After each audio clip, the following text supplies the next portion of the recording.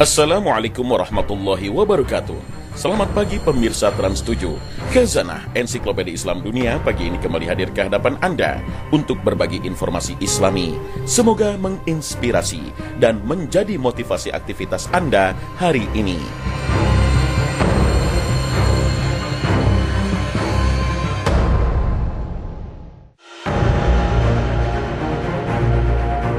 Pemirsa Khazanah, dalam beberapa hari terakhir, jagat media sosial baik di Facebook, Instagram, maupun Twitter diramaikan dengan tagar 10 Years Challenge, yaitu tantangan mengunggah 2 foto diri dengan rentang 10 tahun, sehingga terlihat perubahan baik fisik maupun penampilan.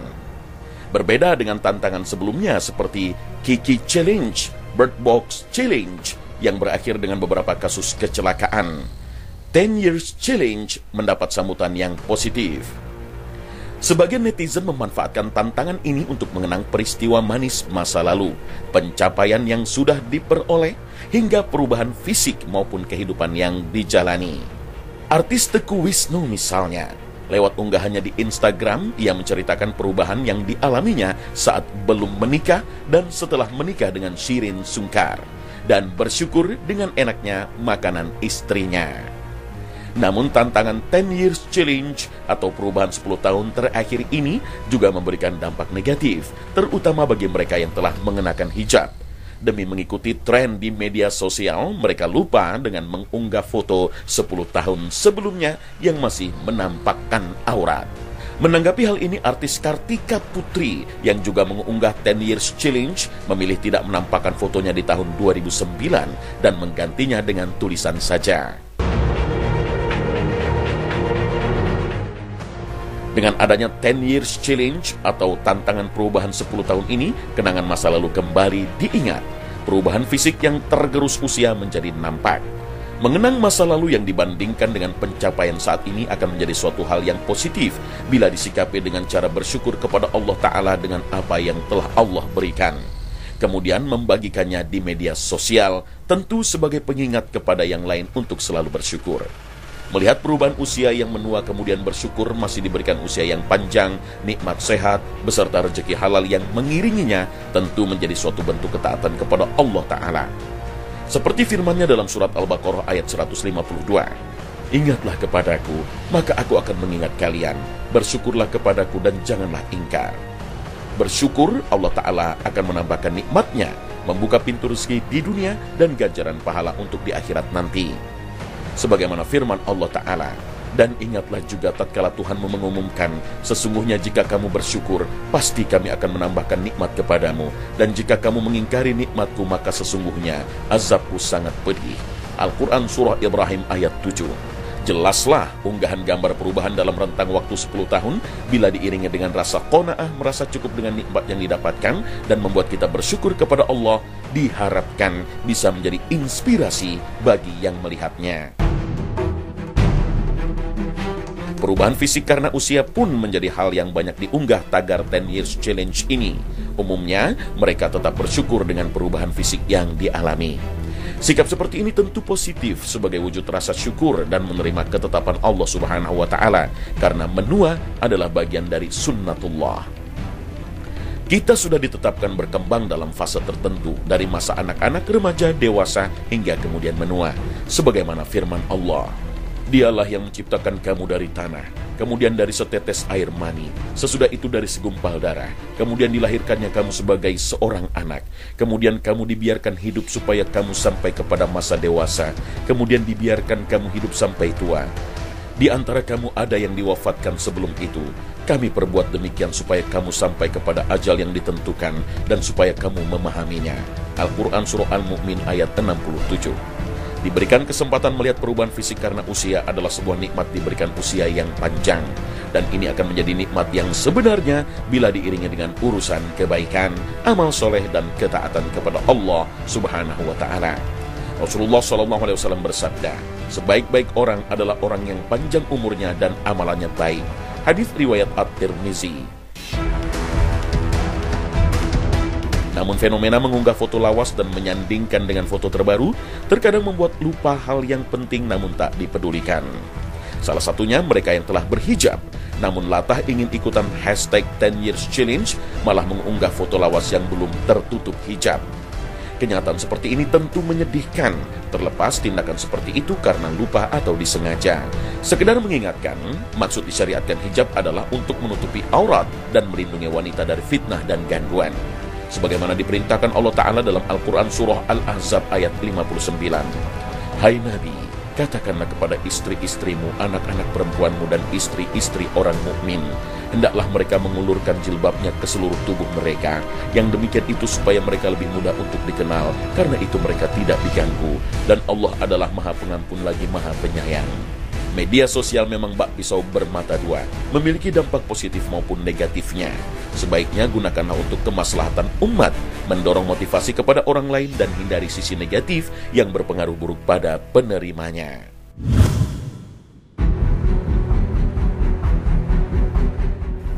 Pemirsa Khazanah, pernak-pernik gantungan kunci menjadi aksesoris yang menarik. Sebagai hiasan tas, hiasan kunci kendaraan, dan lain sebagainya. Bagaimana dengan gantungan kunci yang meniru mushaf Al-Quran? Apalagi di dalamnya masih mencantumkan ayat-ayat Al-Quran yang masih bisa terbaca? Nantikan jawabannya setelah pesan-pesan berikut.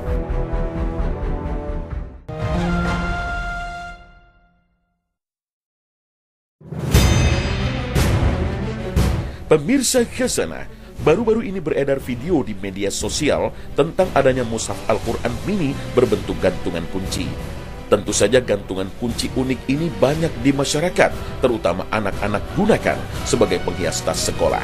Memang tidak ada yang salah dengan penggunaan gantungan kunci di tas. Tetapi, jika gantungan kunci tersebut berupa mushaf Al-Quran akan berbeda lagi masalahnya. Sebab, mushaf Al-Quran adalah benda suci yang tidak boleh diperlakukan sembarangan. Dari hasil penelusuran tim Khazanah, gantungan kunci Al-Quran ini mudah dijumpai di pedagang pernak-pernik atau toko-toko yang menjual oleh-oleh haji dan umrah. Selain gantungan kunci, mushaf mini ini juga ada yang berupa gantungan biasa yang umumnya diletakkan di dalam mobil. Harga pernak-pernik Al-Quran mini ini pun beragam, dari Rp5.000 hingga Rp50.000, tergantung kualitas bahan dan penggunaan bingkai pada mushaf ini. Permasalahannya, di dalam mushaf mini yang menggantung di gantungan kunci tersebut ada teks-teks ayat Al-Quran.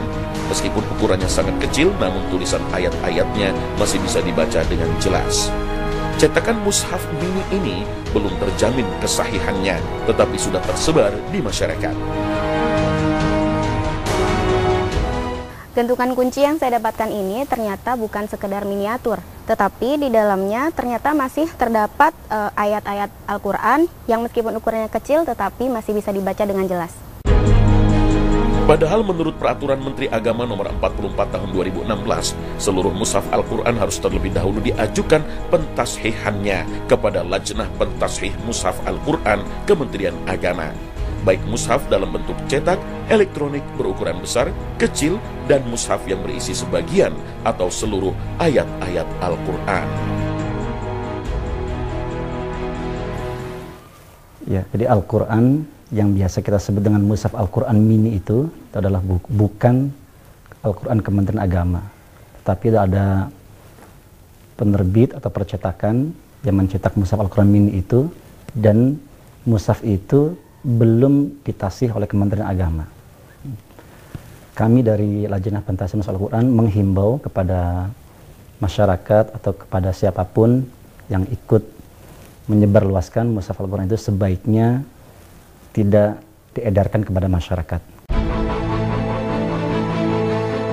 Permasalahan kedua menjadikan mushaf mini tersebut sebagai pernak-pernik, aksesoris, dan mainan dinilai mengurangi kemuliaan mushaf Al-Quran, terutama jika aksesoris Al-Quran tersebut diletakkan dan dibawa ke tempat-tempat yang tidak layak. Karena meskipun tidak seluruh ayatnya sahih, namun beberapa ayat dalam mushaf mini tersebut ada yang benar. Di beberapa daerah, keberadaan mushaf mini ini tentu saja meresahkan masyarakat, seperti yang terjadi di Blitar, Jawa Timur, dan di Pariaman, Sumatera Barat. Kalau sebagai mainan ya jangan Al-Quran beneran. Jadi dulu di Mekah juga ada dijual orang mainan, tapi bentuknya aja, tapi di dalamnya nggak ada apa-apanya. Karena kalau Al-Quran beneran dan tulisannya jadikan mainan ya tidak pantas, karena Al-Quran itu bukan untuk mainan ya. Kalau namanya mainan seperti main kunci kan kadang-kadang tidak terkontrol meletakkannya di mana gitu. Letakkan di tempat yang nggak pantas. Setiap umat Islam wajib mengagungkan dan memuliakan Al-Quran dengan beragam bentuknya, sesuai firman Allah Subhanahu wa Ta'ala. Dan barang siapa mengagungkan syiar-syiar Allah, maka sesungguhnya hal itu timbul dari ketakwaan hati. Al-Quran Surah Al-Hajj ayat 32. Juga firman-Nya, dan barang siapa mengagungkan apa yang terhormat di sisi Allah, maka itu lebih baik baginya di sisi Rabb-Nya. Al-Quran Surah Al-Hajj ayat 30. Wallahu a'lam bishawab.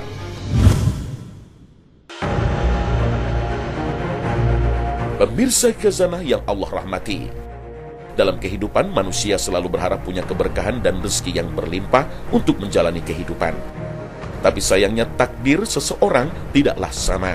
Si kaya dan si miskin Allah ciptakan sedemikian rupa agar kita selalu mengingat Allah dan saling mengasihi sesama. Ini pula lah yang mendorong Joko Mulyanto dan istrinya mendirikan sebuah penampungan anak-anak miskin yang sekarang bernama Yayasan Benih Kebajikan Nusantara Al-Hashim. Tak pernah terbayang sama sekali panti asuhan yang Joko dan istrinya rintis bisa menjadi bangunan besar seperti ini. Joko hanyalah seorang sopir lepas, hanya niat tulus ikhlaslah yang ada di benaknya. Sebuah keinginan agar anak-anak miskin di sekitarnya bisa mendapat pendidikan dan kehidupan yang layak. Dengan penghasilan yang pas-pasan di tahun 2012, Joko dan Tati istrinya mengasuh 2 orang anak terlantar, dan sejalan waktu jumlah mereka terus bertambah. Ada saja orang yang menitipkan anak kepada Joko dan istrinya. Semua berasal dari orang-orang yang tidak mampu hingga anak yatim piatu. Yang awalnya saya itu ragu karena saya kok selalu ditambahin dikirimin anak. Disitulah saya menjadi merasa mungkin Allah percaya sama saya untuk merawat anak-anak ini. Akhirnya ya itu saya jalani sampai sekarang. Apapun yang terjadi, ya yakin saya ibaratnya keyakinan saya, ya hidup saya serahkan untuk untuk mereka ini. Nah, keyakinan saya disitulah, bahwasanya anak-anak ini udah pasti dijamin sama Allah untuk urusan mereka, rezeki mereka itu ada. Dan memang pada waktu itu kita memang hidup ya sesuai, selalu tercukupin lah, sekedar cukup aja. Atas saran aparat pemerintahan setempat, tahun 2013 panti asuhan yang Joko kelola berkembang menjadi lembaga resmi yang bernama Yayasan Benih Kebajikan Nusantara Al-Hashim. Ada makna khusus di balik nama Yayasan Benih Kebajikan Nusantara Al-Hashim. Maknanya bahwa yayasan ini akan selalu menebarkan benih atau bibit kebaikan kepada siapa saja, terutama kepada orang yang membutuhkan pertolongan. Menebarkan benih kebaikan juga berarti bersikap baik kepada siapapun. Inilah yang Joko dan istrinya selalu tanamkan ke semua anak asuh di yayasan yang mereka kelola. Kini seluruh anak-anak asuhannya bisa hidup dengan nyaman. Beberapa fasilitas terus berkembang. Meski Joko tak sepenuhnya memiliki rezeki berlebihan untuk memenuhi kebutuhan anak asuh ini, keyakinan kuat kepada Allah Subhanahu wa Ta'ala, sang pemberi rezeki, ditanamkan kuat dalam diri saat mencari rezeki yang diridhoi Allah Subhanahu wa Ta'ala. Firman Allah dalam Al-Quran, panggillah mereka anak-anak angkat itu dengan memakai nama bapak-bapak kandung mereka. Itulah yang lebih adil di sisi Allah. Dan jika kamu tidak mengetahui bapak-bapak mereka, maka panggillah mereka sebagai saudara-saudaramu seagama dan maula-maulamu. Al-Quran Surah Al-Ahzab ayat 5. Sekarang, anak-anak yang dirawat di yayasan ini hidup lebih baik. Seiring semakin dikenalnya yayasan ini, banyak donasi dan bantuan yang datang. Tidak hanya material, tapi juga moral dan pengetahuan. Beberapa volunteer pun datang untuk bisa berbagi ilmu yang bermanfaat, seperti baca Al-Quran, tajwid, hingga seni dan keterampilan Islam lainnya. Bapak itu orangnya baik, terus sayang sama kita semua, nggak pilih kasih sama anak kandungnya sama anak asuhnya. Kita diajarin tentang sabar, tentang nggak boleh putus asa kalau ngelakuin kesalahan atau kegagalan, terus selalu ngajarin kebersihan, terus ngajarin tentang kebaikan, terus tentang agama-agama yang lain. Saat ini ada 38 anak laki-laki dan perempuan yang tinggal di yayasan ini. Usia mereka beragam. Ada yang masih bayi, balita, anak-anak usia SD, hingga anak-anak usia SMA. Setelah tamat sekolah menengah atas, anak-anak ini akan dikembalikan kepada orang tua mereka. Sedangkan anak-anak yang tidak memiliki keluarga akan dilepas setelah mendapat pekerjaan yang layak dan hidup mandiri. Dari Sahal bin Sa'ad radhiyallahu anhu dia berkata, Rasulullah SAW bersabda, "Aku dan orang yang menanggung anak yatim kedudukannya di surga seperti ini." Kemudian beliau SAW mengisyaratkan jari telunjuk dan jari tengah beliau SAW, serta agak merenggangkan keduanya. Hadis yang agung ini menunjukkan besarnya keutamaan dan pahala orang yang menyantuni anak yatim. Janji Allah dan Rasulnya tidak mungkin ucapan semata. Orang yang menyantuni anak yatim di dunia akan menempati kedudukan yang tinggi di surga, bahkan dekat dengan kedudukan Rasulullah SAW. Dan sosok Joko dan istrinya ini patut kita teladani, karena orang yang memuliakan makhluk yang tidak mampu bisa jadi ladang pahala yang besar dan mendapat derajat yang mulia di mata Allah Subhanahu wa Ta'ala. Wallahu a'lam bissawab. Jadikan anak-anak kita bukan hanya fisiknya yang kuat, ya, jiwanya juga kuat. Dan jiwa yang kuat itu dipengaruhi dengan apa? Dipengaruhi dengan kekuatan spiritualitas yang kuat. Jangan sampai ortu hanya fisiknya saja, makanannya saja yang diberikan asupan, ruhnya tidak. Makanya akan kita dapati, ya, orang-orang yang berbadan besar jiwanya kerdil, ya. Orang bilang otot six pack jiwa ngondek. Nah, nggak boleh begitu. Assalamualaikum warahmatullahi wabarakatuh. Masya Allah, ini hal yang sangat penting di dalam pendidikan buat anak-anak kita, yaitu mampu mendidik anak menjadi anak yang mandiri.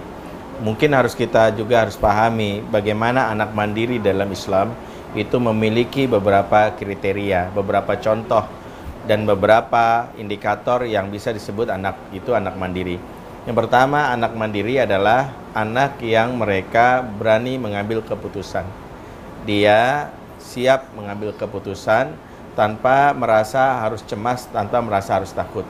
Dia bisa menjawab dan mengemukakan pendapat tanpa ada tekanan. Itulah kenapa anak mandiri umumnya adalah anak yang tidak gampang untuk dibujuk atau diajak kepada perbuatan yang buruk oleh lingkungannya. Itu salah satunya. Yang kedua adalah anak mandiri adalah yang dia memiliki inisiatif dalam beramal. Jadi bukan terus ditanya, udah sholat belum? Tidak. Anak mandiri bahkan anak yang selalu bertanya, apalagi yang bisa aku kerjakan? Seperti para sahabat yang bertanya, ayul amal afdal ya Rasulullah. Ini sahabat cilik yang bertanya. Dan itu salah satunya yang bertanya Zaid bin Sabit. Ketika Rasulullah mengatakan afdal amal jihad fisabilillah, ternyata anak-anak ini berlomba-lomba untuk berjuang di jalan Allah dengan caranya masing-masing, meskipun umur mereka belum layak untuk itu. Ini bentuk kemandirian. Makanya kalau ingin melihat anak kita mandiri, simpel. Anak mandiri salah satunya anak yang bisa bangun sholat subuh sendiri tanpa harus dibangunkan. Yang ketiga, anak mandiri adalah anak yang tidak mudah berkeluh kesah. Khususnya dia bisa memanfaatkan, memfungsikan dari seluruh apa yang dimilikinya, dari apa organ tubuhnya tanpa harus misalnya merasakan kekhawatiran. Dia tetap mampu melewati ujian kesulitan tanpa dia harus merasakan yang namanya kepahitan atau merasakan yang namanya keresahan. Disinilah Allah memberikan petunjuk bagaimana bentuk kemandirian adalah juga tangguh melewati ujian kesulitan. Dan yang keempat, kemandirian juga nanti terkait dengan bagaimana anak-anak yang dia selalu berusaha optimal untuk mengembangkan potensinya, dan itu merupakan bagian dari dia memiliki self-esteem yang kuat. Kemandirian berhubungan dengan self-esteem. Sebab orang-orang yang tidak mandiri umumnya memiliki self-esteem yang rendah, yaitu kepercayaan diri yang rendah.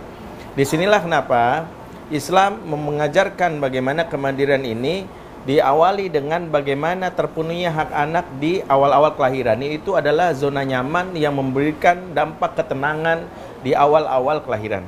Bagi siapapun, ingat bunda, khususnya yang lagi hamil, ya, ada nggak yang lagi hamil? Nah, salah satunya adalah bagaimana kehamilan harus dimaknai dengan kegembiraan. Kenapa? Karena memang hamil dalam Islam itu diidentikan dengan kegembiraan. Sebagaimana Allah berfirman kepada Nabi Zakaria, Inna nubashiruka bigulamin ismu Yahya. Sesungguhnya kami berikan kabar gembira kepadamu dengan seorang anak bernama Yahya. Kabar gembira di sini artinya kehamilan, karena memang hamil itu dalam Islam identik dengan kegembiraan. Ibu yang hamil dalam keadaan happy mempengaruhi emosi anak untuk bisa survive, tangguh, mendapatkan ketenangan.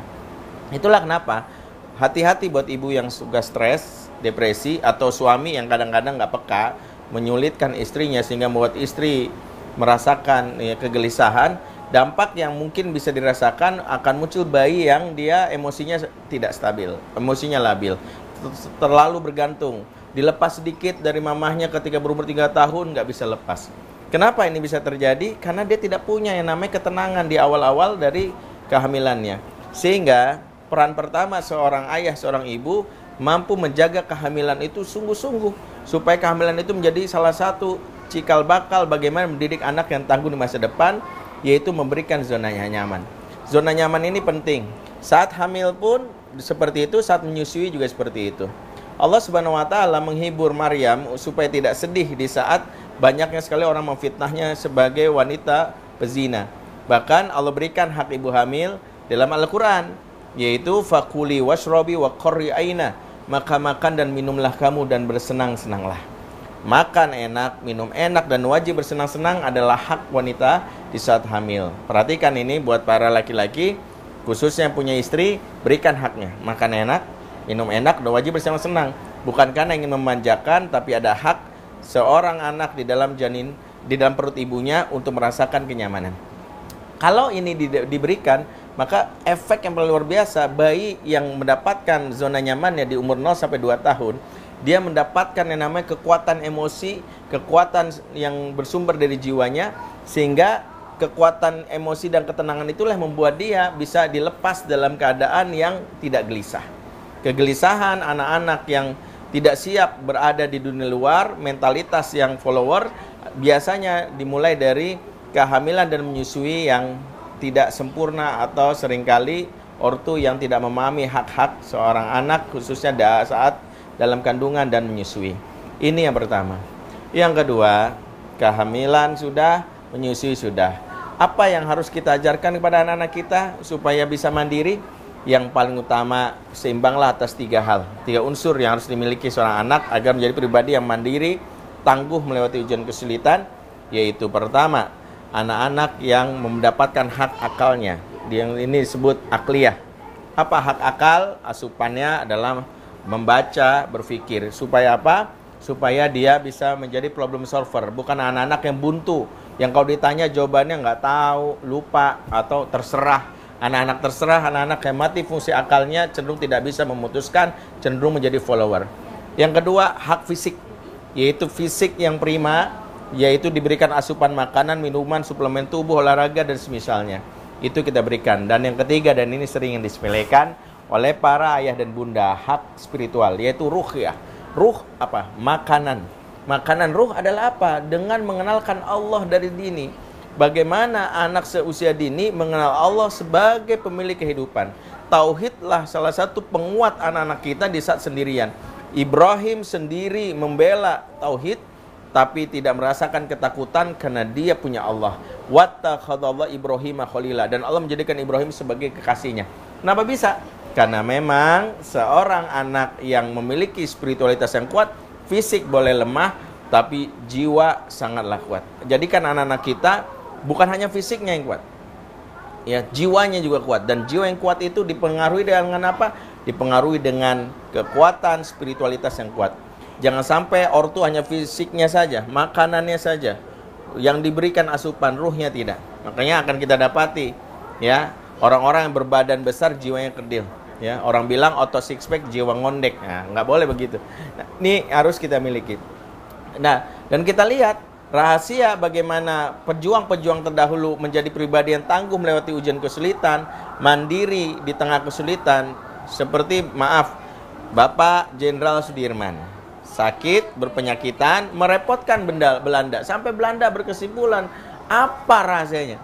Sehingga membuat seorang Sudirman ini merepotkan kita. Padahal seorang yang berpenyakitan harus ditanduk. Ternyata bukan fisik lah yang ditakuti, karena ada kekuatan ruhiyah dari seorang Jenderal Sudirman yaitu adalah dia kuat secara ibadah. Dia punya dua senjata, yaitu siam di siang hari, qiyam di malam hari. Siam dan qiyam itulah yang harus dimiliki. Karena itu, kekuatan mendidik anak menjadi tangguh melewati ujian kesulitan mandiri, penuhilah berikutnya 3 hak. Akal, yang berikutnya fisik, yang berikut adalah ruh, dan itulah PR orang tua. Ayah dan bunda melakukan Allah. Selanjutnya memang harus kita bayangkan juga anak-anak yang siap melewati ujian kesulitan dan mandiri, anak-anak yang diberikan zona nyamannya dan juga zona kepercayaan atau trust. Salah satu trust adalah mendelegasikan sesuatu tugas yang sesuai dengan umurnya tanpa harus diintervensi. Anak kadang mau makan, tapi kadang-kadang kita mengintervensi, sini mama suapin, sehingga membuat fungsi tubuhnya itu tidak dipercaya untuk dia untuk melangkah. Tidak pernah ditanya. Bagaimana seorang ayah harus banyak berdialog. Bertanyalah seperti Ibrahim kepada Ismail, "Fangdur madza tara," bagaimana pendapatmu? Ini membuat anak-anak belajar untuk mengembangkan pendapat. Para pemirsa di rumah, itulah sedikit bagaimana gambaran mendidik anak supaya tangguh, khususnya mandiri melewati ujian kesulitan. Semoga ini bisa menjadi inspirasi buat ayah dan bunda di rumah dan membuat anak-anak kita menjadi salah satu anak-anak yang tangguh di masa depan. Assalamualaikum warahmatullahi wabarakatuh.